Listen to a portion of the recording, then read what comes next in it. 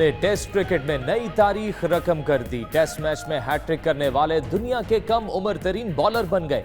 बांग्लादेश के खिलाफ मैच में लगातार 3 गेंदों पर नजमुल हुसैन, तेजुल सलाम और महमूदुल्लाह को पवेलियन भेज दिया। दूसरी इनिंग्स में 4 विकेटें लेकर पाकिस्तान की पोजीशन मजबूत कर दी।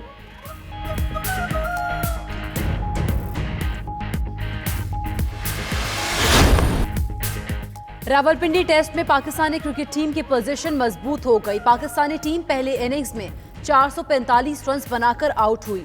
बांग्लादेश को 212 रन के खसारे का सामना था। बड़ी लीड का बोझ उतारते उतारते बांग्लादेश के 6 खिलाड़ी पवेलियन लौट गए। पाकिस्तान की तरफ से बाबर आजम 143, शान मसूद 100 रन बनाकर नुमाया रहे।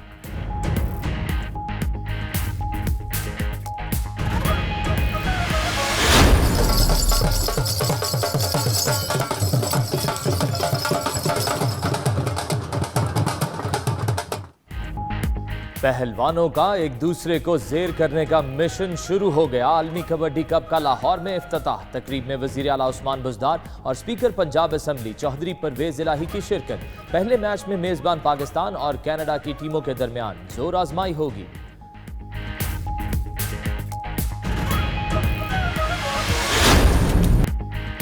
वज़ीर आज़म महंगाई में कमी के लिए सख्त इक़दाम के लिए तैयार। महंगाई के जिम्मेदारों को सजा मिलेगी। इमरान खान ने ट्विटर पैगाम में कहा, अवाम को दरपेश मुश्किलात का इदराक है। ग़िज़ाई अजनास की कीमतों में कमी के लिए इक़दाम का ऐलान मंगल को काबीना इजलास के बाद होगा। इजलास के एजेंडे में हज पॉलिसी की मंजूरी भी शामिल।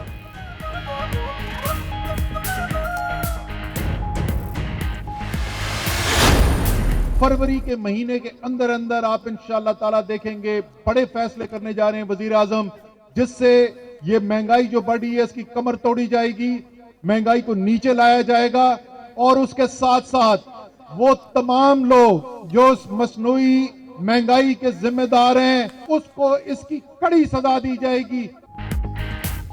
वज़ीर आज़म रवा माह बड़े फैसले करने जा रहे हैं। महंगाई की कमर तोड़ी जाएगी और जिम्मेदारों को सजा मिलेगी। वफाकी वज़ीर असद उमर ने कहा, कोई शक नहीं महंगाई है मगर अब मुश्किल वक्त खत्म होने वाला है। NQM से नाराजी नहीं, दोनों जमातें कराची से होने वाली ज्यादती का अजाला चाहती हैं।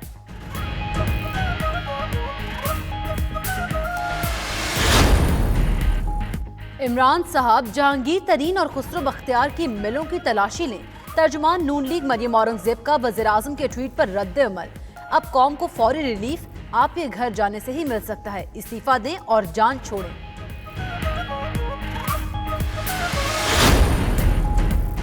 आटे चीनी का बहरान। फिरदौस आशिक अवान ने कहा, नाजायज असासे बनाने वालों को हिसाब देना होगा। किसी की जमानत होने से केस खत्म नहीं होता। इमरान खान अपने वादों से पीछे नहीं हटेंगे। मेयर कराची वसीम अख्तर भी पुलिस की कारकर्दगी से मायूस। वसीम अख्तर ने पुलिस के रवैये से तंग आकर रेंजर्स से मदद तलब कर ली। KMC की जमीन पर कब्जा खत्म कराने के लिए DG रेंजर्स को खत लिख दिया, जगह वागुजार कराने में मदद की जाए।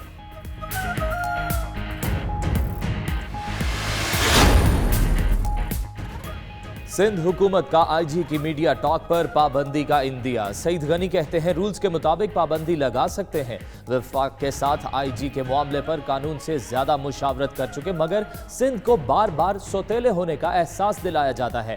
ऐसी रिवायत ना डालें कि दूसरे सूबों के अफसरान भी बोलने लगे। सिंध हुकूमत ने गवर्नर से एक और इख्तियार ले लिया। सिंध मुहतसिब के तकर्रुरी का इख्तियार वज़ीर आला सिंध के सपुर्द। स्पीकर सिंध असम्बली ने तरमीमी मुसव्वदा कानून की मंजूरी का अलामिया जारी कर दिया, जिसके बाद सूबाई मुहतसिब तरमीमी कानून सिंध में नाफिजुल अमल हो गया।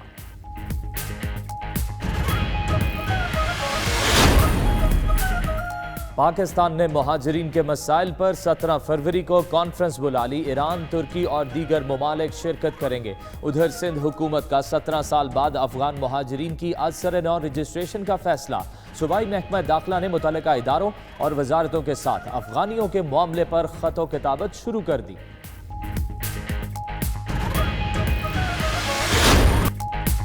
पुर्तगाल के स्टार फुटबॉलर क्रिस्टियानो रोनाल्डो का एक और एजाज। Star footballer Italian football league में मुसलसल 10 मैचेस में गोल स्कोर करने वाले यूवेंटस के पहले खिलाड़ी बन गए। रोनाल्डो ने वेरोना के खिलाफ गोल करके कारनामा सरअंजाम दिया। मैच 2-1 से वेरोना के नाम रहा।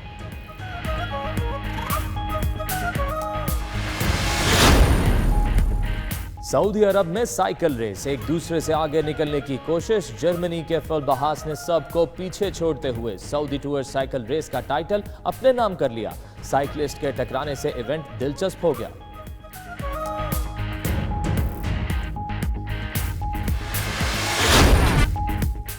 न्यूयॉर्क फैशन वीक में सरमा और खजा के पहनावे मुतारिफ। वीकेंड पर अमेरिकी डिजाइनर्स लाचवान स्मिथ, मार्क बैडग्ले और जेम्स मशिका के मलबूसात की नुमाइश की गई।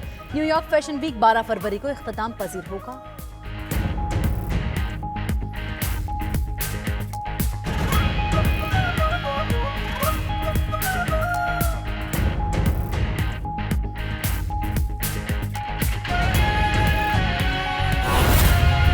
महंगाई का उरूज है, जबकि गरीब महंगाई की चक्की में पिसते पिसते जवाल का शिकार हो चुके हैं। दूर दूर तक महंगाई कम होती दिखाई नहीं दे रही। माहिर मुआशियात अशफाक तोला साहब हमारे साथ मौजूद हैं। अशफाक साहब, बहुत शुक्रिया आपके वक्त का। सर, कहिएगा, मुल्क में इस वक्त आवाम का एक ही मसला नजर आ रहा है और वो महंगाई है। क्या उसको आप हल होता देख रहे हैं? किस तरीके से तदारुक करना होगा? बिस्मिल्लाहिर्रहमानिर्रहीम।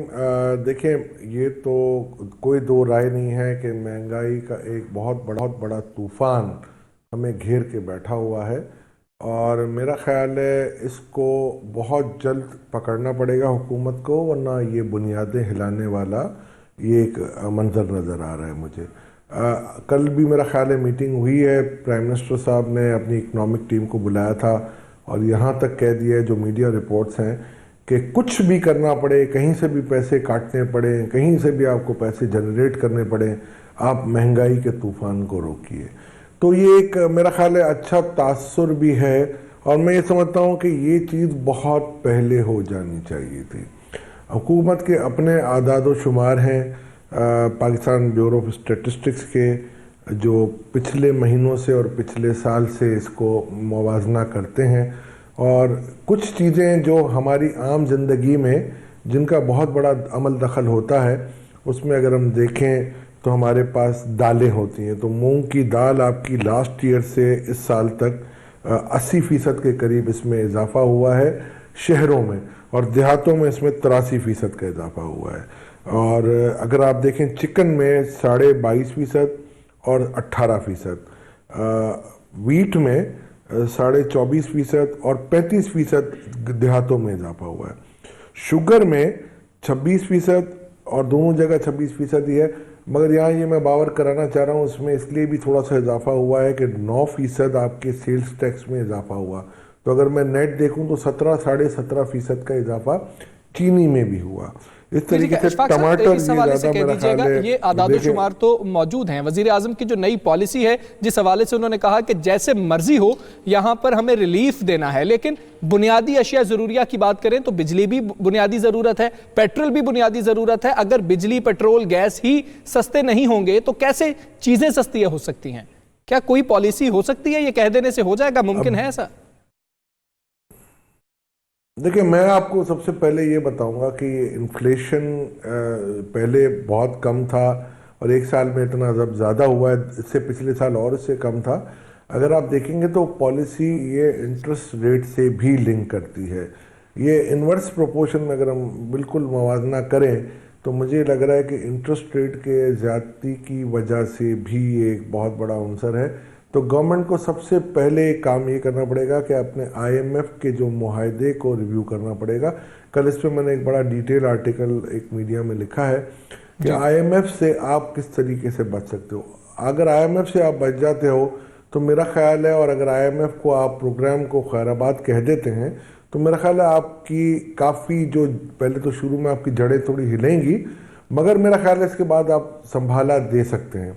मगर इसके लिए हुकूमत को एक बहुत विगरस कैंपेन करनी पड़ेगी। दूसरी तरफ आपकी महंगाई का जो तूफ़ान है वो आपके टैक्सेस के निज़ाम की वजह से भी है, और ये निज़ाम जो है मैं देख रहा हूँ कि बद से बदतर होता जा रहा है और मुल्क में टैक्स कल्चर परवान नहीं चढ़ रहा।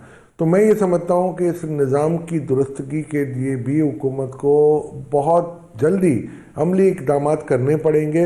अब बातों का वक्त नहीं है और मेरा ख्याल है ये वक्त अगर गुजर गया तो ये तूफ़ान जो है ना, ये मेरा ख्याल है सुनामी में कन्वर्ट ना हो जाए। तो ये हुकूमत को पहले तो IMF से मुआहदे की नज़रसानी करनी पड़ेगी, टैक्सों की मद में कमी करनी पड़ेगी, टैक्सों की इस्लाहात करनी पड़ेंगी, अपने शरह सूद को कम करना पड़ेगा।